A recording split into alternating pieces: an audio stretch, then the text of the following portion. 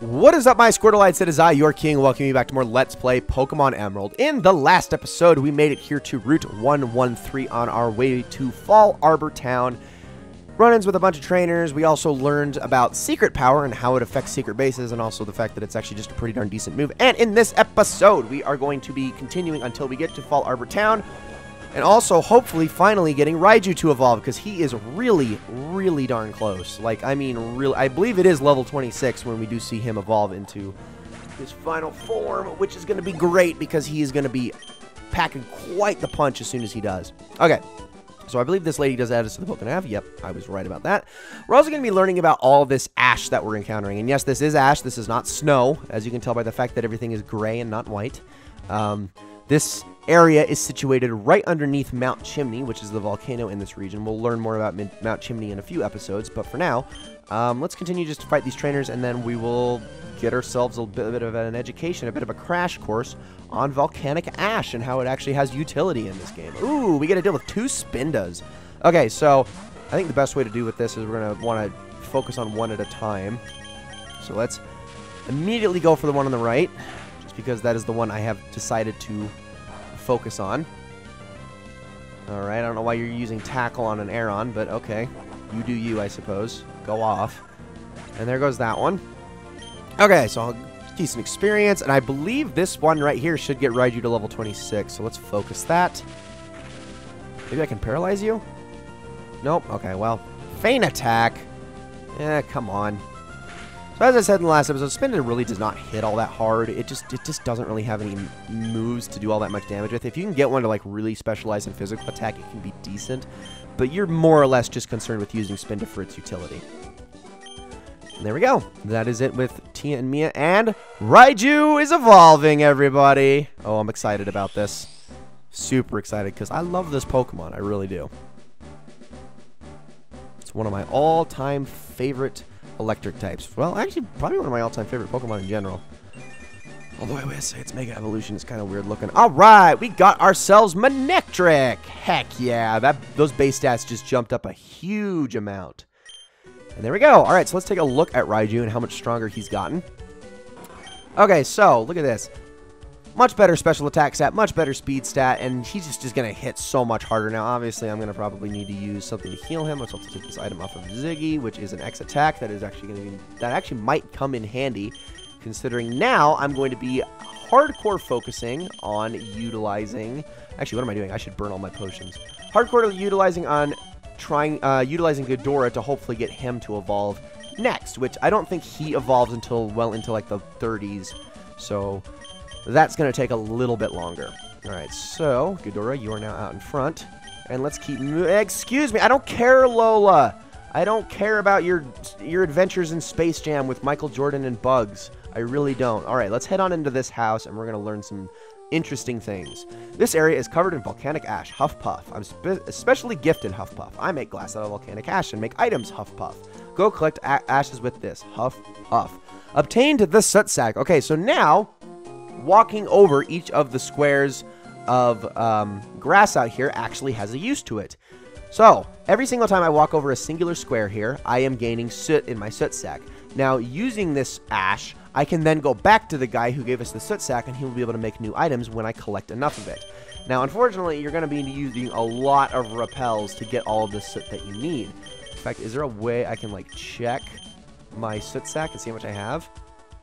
No, I guess I can't. Okay, I believe I only can when I go back to him. But if you can collect like 100, 200, 400, etc., he will make different flutes for you.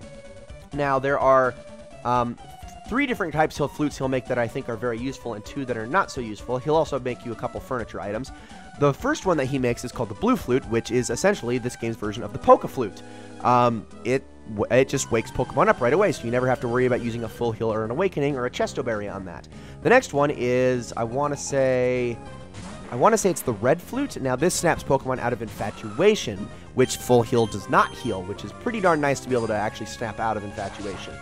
And then there is also the Yellow Flute, which I do believe snaps Pokemon out of Confusion. Again, really nice to be able to just have that on hand, because these flutes are all unlimited use. They're not a single time consumable. You can use them as many times as you want, which is pretty darn awesome. So I will be collecting some soot relatively soon and trying to actually gather up a bunch of gather up all of those things. Now, you can also get yourself the white and the black flute, and I might have these backwards, depending on their color, but I know for a fact that one of them increases the likelihood of running into Pokemon in the wild, and the other one decreases the likelihood of running into Pokemon in the wild. Which one that is, I'm not entirely sure. I want to say the white flute is the one that increases, and the black flute decreases, but I could have that backwards.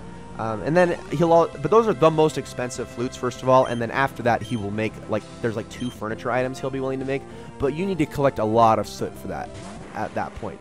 Really, if I were you, I would just focus on getting the blue flute, the red flute, and the yellow flute. And from that point on, you pretty much don't have to worry about anything else unless you're a completionist. And that is going to be it for all of the Ash-related things. Like I said, I'll be back and collecting some of that, probably actually off-screen in the next episode or so. Ooh, Takedown. Now that is not actually even worth getting, so we're just going to not worry about it, because Headbutt is just better in every way. I mean, okay, yeah, it doesn't quite have the base power, but I don't have to worry about recoil, and it also causes flinch. So, and it's also 100% accurate. So yeah, we're not going to worry about Takedown. I'm not a really big fan of that move. If I'm going to use a move that has recoil, I want to go, like, all in. Like, it's got to be, like, frickin', oh my gosh, what is it called? It's got to be, I'm really mad at myself for not remembering what it's called. I want to say, it's not Flame Charge. Frickin', I don't even remember. It's the fire move that does like a crap ton of damage. It does like 150 damage or whatever, but it also has recoil to it. I can't even remember. You know what? Screw it. We're just gonna use Metal Claw actually, because that has a normal type effectiveness on Aron because of its rock typing. Weak to that, but then also, oh, that's right, Flare Blitz. That's what it's called, Flare Blitz. So, like, if I ever want to use, like, recoil moves, I like to use either Flare Blitz or Double Edge. Like, I'm not going to use any of this weak stuff that's not going to give me a bunch of bang for my buck. It's going big or going home, in my opinion. So, yeah. All right, let's keep using Metal Claw, and for some reason, he's getting attack increases that I do not like at all. Don't mud slap me, bro. Don't do that. You're rude. Okay, fine. I'll switch to Toothless, you jerk. Honestly, I probably should have switched to Raidu, actually. But whatever. Oh no, another mud slap. Oh no. Probably going to lower my accuracy some more. There it is. See, this would have been good to switch to Raidu, because then I could have just used Shockwave. Oh well, this hit anyway. Oh, you and your frickin' mud slaps. Get out of here. Alright. We got some decent experience, and that is it for Dylan. Alright, let's get on out of here. There's 2 more trainers left to fight, which is these 2 right here running back and forth, quickly kissing and walking away as they were doing. That's what they were doing, by the way. I didn't make that up. That's true. That's in-game canon. You can go search it up on Bulbapedia. They kissed and then they run away, and they kiss and then they run away. It's just what those trainers do. Alright, so now we get to finally get a first glimpse at Skarmory, which is awesome, because Skarmory is amazing. Just so you know, probably the best thing about Skarmory, at least in my opinion, the absolute best thing about Skarmory is that if you breed one properly, and I believe you have to use a Doduo or a Dodrio to make this happen, but if you breed one correctly, you can get a Skarmory with Drill Peck, which is like the best flying move like ever. Okay, not like, obviously it's not like the most powerful, but as far as consistent high damage, it is an amazing, just excellent move, and I cannot recommend it enough. So if you can get yourself a Skarmory that's got that move, go for it, seriously. Cannot recommend it enough. A Skarmory with Drill Peck is like de facto the best flying type in this entire game. So just wanted to mention that, but let's take care of this Swellow now. Another flying type that I unironically absolutely adore. And I've already mentioned that in this Let's Play, but yeah, I didn't want to go basic and use a Swellow this time around. I wanted to be a little bit more creative. But don't worry, we are going to be getting ourselves a flying type. It's going to happen, I promise. Relatively soon, in fact. So let's take care of that Lombre. And there we go. And now we can finally head on into Fallarbor Town. And I can show you guys around, because there's actually quite a bit to do in such a little tiny place. I mean, but first we gotta heal, because that's the most important thing. Alright, so, quickly into the Pokemon Center. Yes, Repel's effect wore off. And actually, in the Pokemon Center, there is something of note, which we are going to take care of as soon as I heal. And it is that lady standing over in front of the PC. So didn't have to cut all of this out because we want to talk to her. Hello. Oh, you are? Okay, your name's Levi. I can see that you're a trainer, so that means you use the Pokemon storage system I developed. How I arrived at that conclusion is a simple deductive process. You spoke to me because you wanted to access something on this PC. Oh, I'm sorry. I'm Lynette. Honestly, I'm glad to meet you. It's great that you're using the storage system. If you could, please visit me at home. My house is on Route 114. So, yes, Lynette is... I mean, every single generation or every single region has their own Pokemon box developer, I suppose. Kind of like Generation 1 had Bill. We have Lynette in Generation 3, and then there are some others in other generations as well. So we will be going and talking to her probably in the next episode. But for now, let's head on in here to the Pokemon Mart, because I actually want to show you guys something right... I want to say it's this woman.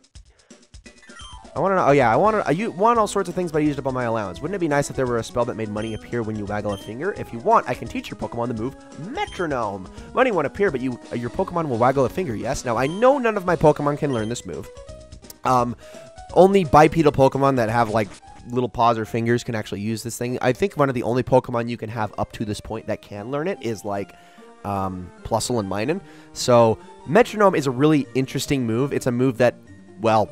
it can be anything. So if you want a really fun time, get yourself a Pokemon that can learn Metronome and start having fun with it, because any move in the game is at its disposal. It can turn into anything, and it just makes for just a lot of fun. But of course, it doesn't actually have proper utility because you can never guess what you're going to get out of it. It's just a total game of chance. So that's where you can learn that. That's where the move tutor is for that. We're going to head up here. I'm actually going to look at this crater, and I'm going to get myself a nugget out of it, which I need to probably go sell those, which I will do between episodes. We're also going to head on in here and talk to this woman. Professor Cosmo went off to Meteor Falls on Route 114 with some people from Team Magma. And that right there is the lead that we need based on the information that we got from those other Magma Grunts a ways back. Now, let's head on into this house. And we have this guy. I am the move tutor. I know all the moves that Pokemon learn, every one of them, and I can teach Pokemon those moves. I can teach a move to a Pokemon of yours if you'd like. I'll do it for a heart skill. I'm collecting those now. Oh, that's it. That's an honest-to-goodness heart skill. Let me guess. You want me to teach a Pokemon move? No, because you're a liar and a deceiver. So he doesn't actually teach your Pokemon any move that he wants to teach them. Instead, he's the move relearner. If your Pokemon ever gives up a move that it learns through leveling up that you didn't mean to give up, go to this guy and you can learn it back. So let's say, I don't know, you accidentally overrode a move like, let's say, Flamethrower or something like that. Go back to this guy, talk to him, give him a heart scale, and he can reteach that Pokemon that move. That's all he does. He has no other utility. Now, to get more heart scales, we'll eventually be running into a Pokemon that holds them, but otherwise, they're mostly just hidden collectibles that you can find throughout the game that are usually not seen by the naked eye. They're kind of in just hidden spots you have to detect with an item finder. But now we head on in here, and as with every battle tent, we run into Scott. Hi, Levi. So you came out to this battle tent. The people in these parts tend to be easygoing and laid back, but you see what I'm looking for are people with, how should I say this? Someone bursting with the desire and the drive to win. If there were a trainer like that, I'd immediately... never mind. So, I'm sorry, where were you going to go with that? That's a little bit creepy. Well, never mind. We're just going to move on from that. I want to say that one of the trainers... in here gives us a TM like all the other battle tents. Nope, I guess not, actually. Well, hold on. Maybe this kid. Maybe this kid. I'm going to make everyone think that I'm just a kid and let them play down. Then I'll shock them and grab the title. Okay, nope, never mind. No TM in this tent. Now let's take a look at what you can actually do in this battle tent. This is the Set KO Tourney. Now, do you wish to take the challenge of the Set KO Tourney? I do not. The Set KO Tourney is... This is another precursor to something that we're going to be experiencing in the end game. But the way that this works is the 3 Pokemon that you go in with, you have to use in that order. You cannot swap Pokemon out. You have to use the ones in the order that you have them, and there is no way of switching.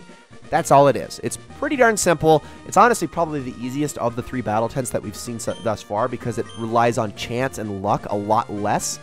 Basically, lead off with a Pokemon that's going to be a good jack of all trades, and then have 2 Pokemon that can cover any other weaknesses that can come right after, because even when your first Pokemon faints, no, you don't have the choice on what the next Pokemon is, but if you can keep your team really well-rounded, you really shouldn't run into any issues, at least in this tent.